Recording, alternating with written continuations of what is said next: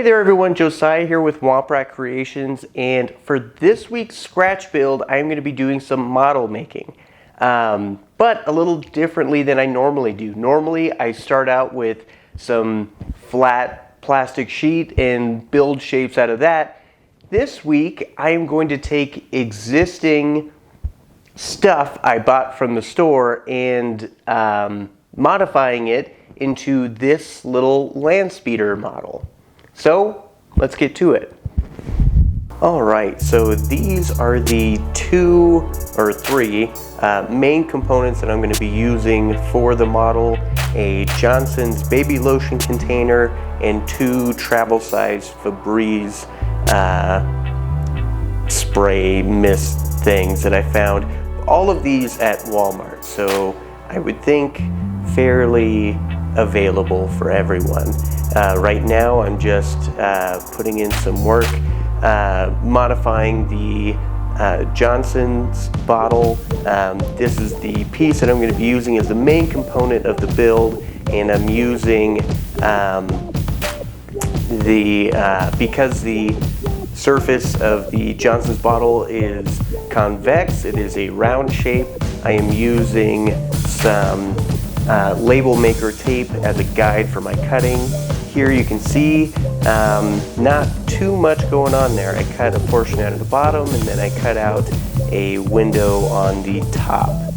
Now I am using some sheet styrene to fill in the hole that I cut out of the bottom.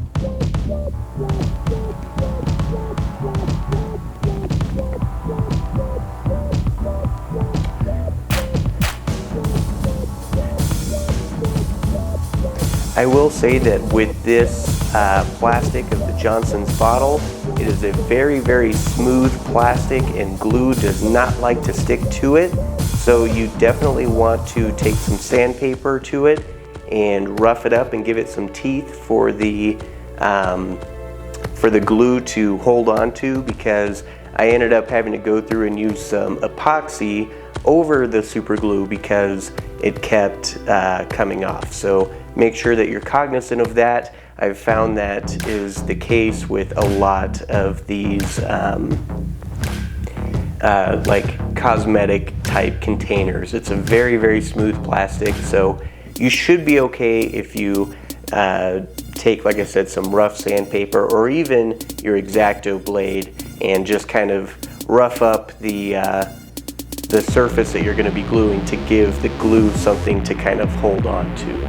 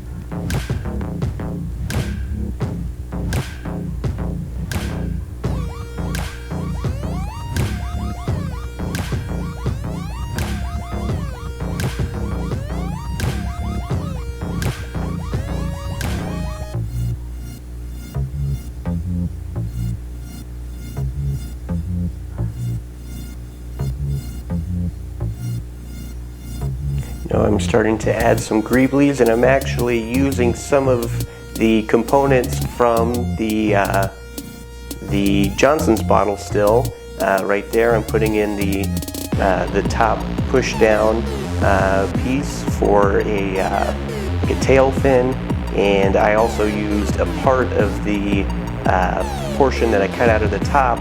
I put that down on the bottom just to add a little more detail. Now I am using the spray nozzles of the Febreze containers.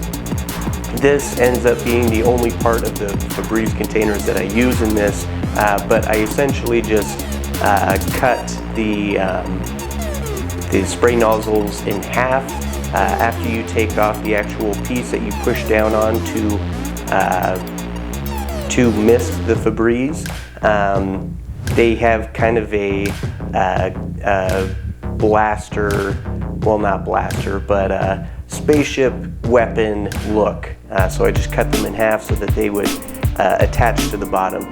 Now I'm going to give the whole thing a coat of primer just so that I can, it helps me to visualize the thing as one piece instead of all of its components put together. Just putting on one coat of primer helps me to stop seeing the components as individual pieces, and now I can see the whole thing as one component together, and it'll help me with deciding what more needs to be done.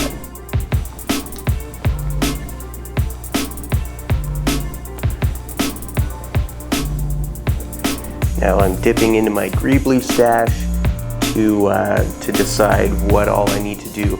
And like I've said before, this process can sometimes go back and forth a couple times. I'll take out some greeblies that I like, see what they look like on the piece, and then sometimes I'll go back to my stash a couple times once I start actually putting pieces on.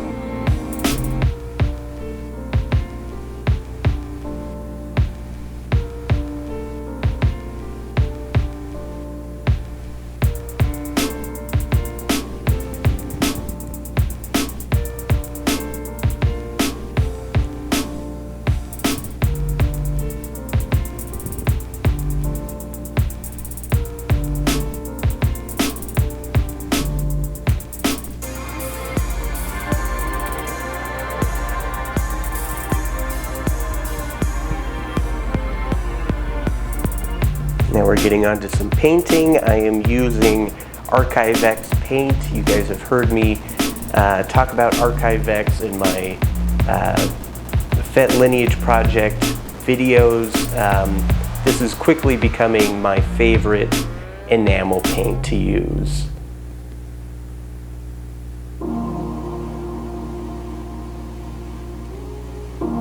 Now, one thing that I don't think I've talked to you guys about before, you'll notice that after I tear off a piece of masking tape, before I put it onto the model, I put it on the back of my hand maybe 2 or 3 times just to kind of take some of the stick off.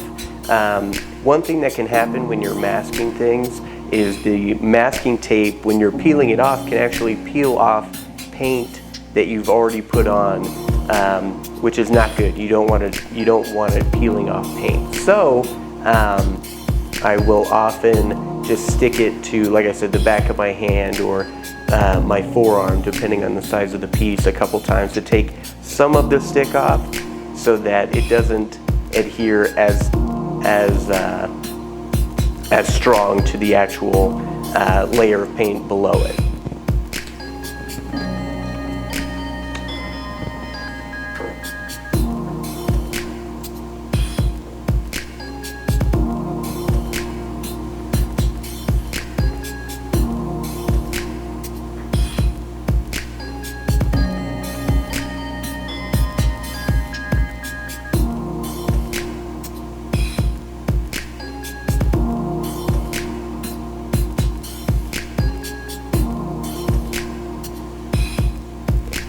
Now I'm going through and doing some weathering misting, still with the airbrush. This first pass is just to kind of tone some of the colors down and start to add a little bit of grime to the model. I'm trying to get better with my airbrushing weathering. It's a very Star Wars look to do all of your weathering with the airbrush, and I am trying to get better with that.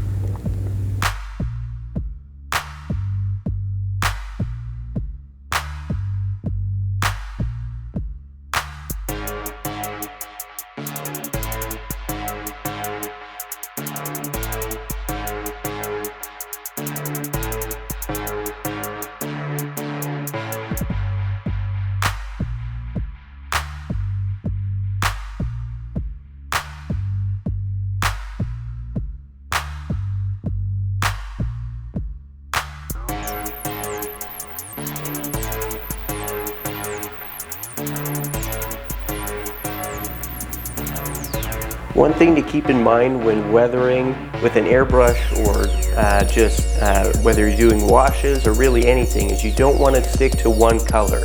You want to get some color variance in there because dirt is never one color.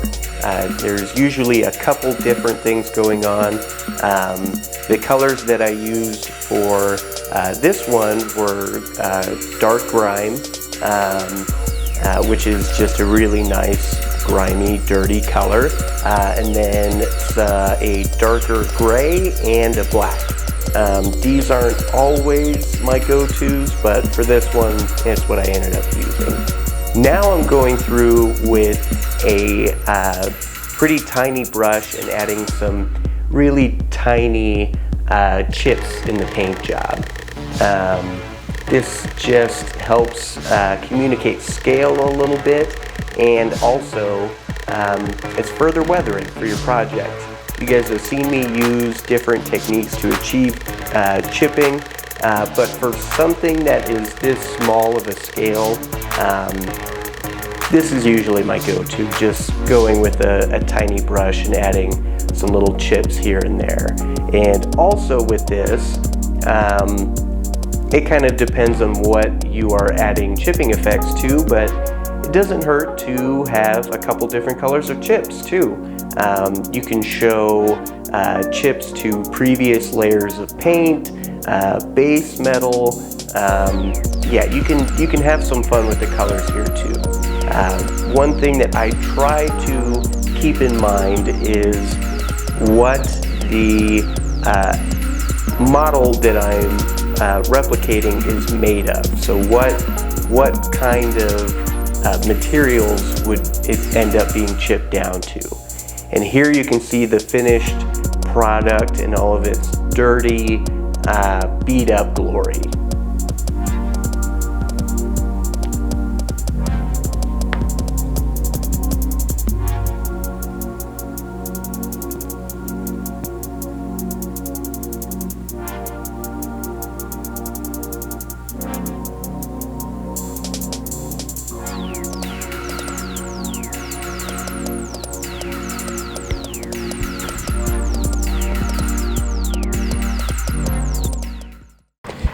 All right, you guys, I am finished with this model and I'm pretty happy with it.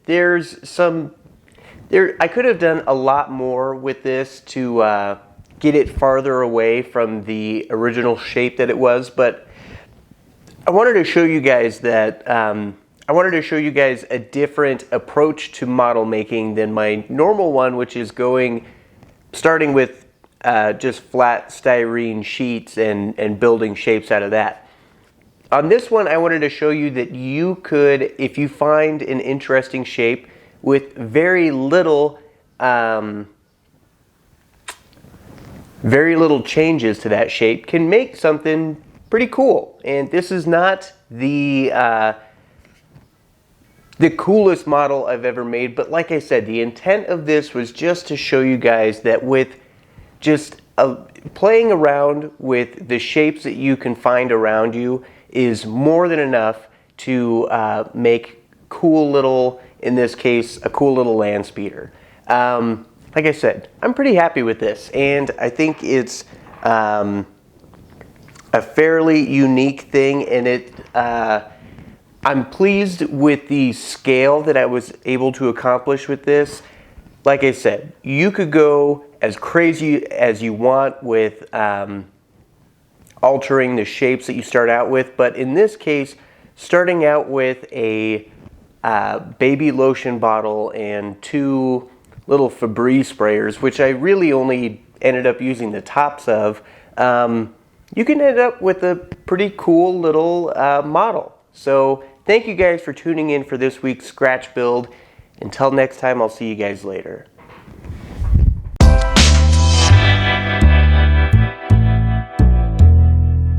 Let me ask you something. Wouldn't it be cool to be able to go and travel around a galaxy far, far away? I think it would be, but unfortunately, our technology does not allow us to do that yet. But you could pretend like you have. And the way you do that, I mean, what do you do when you go to visit a new place? You pick up a t-shirt that says that you were there, so you can go back home and wear it at the office and let people know that you're well-traveled. Now you can do that for the Star Wars universe too. We have a couple different t-shirts, but this newest one is probably my favorite. This is a Visit Civilized Endor t-shirt, and like I said, this one is probably my favorite one yet, and any one that you buy really helps us out with being able to produce cool content for you guys. So thank you guys for your support. 517 to scanner control. 517 to scanner control. 316, report to control. 53 to upper bay door. 53 to upper bay door.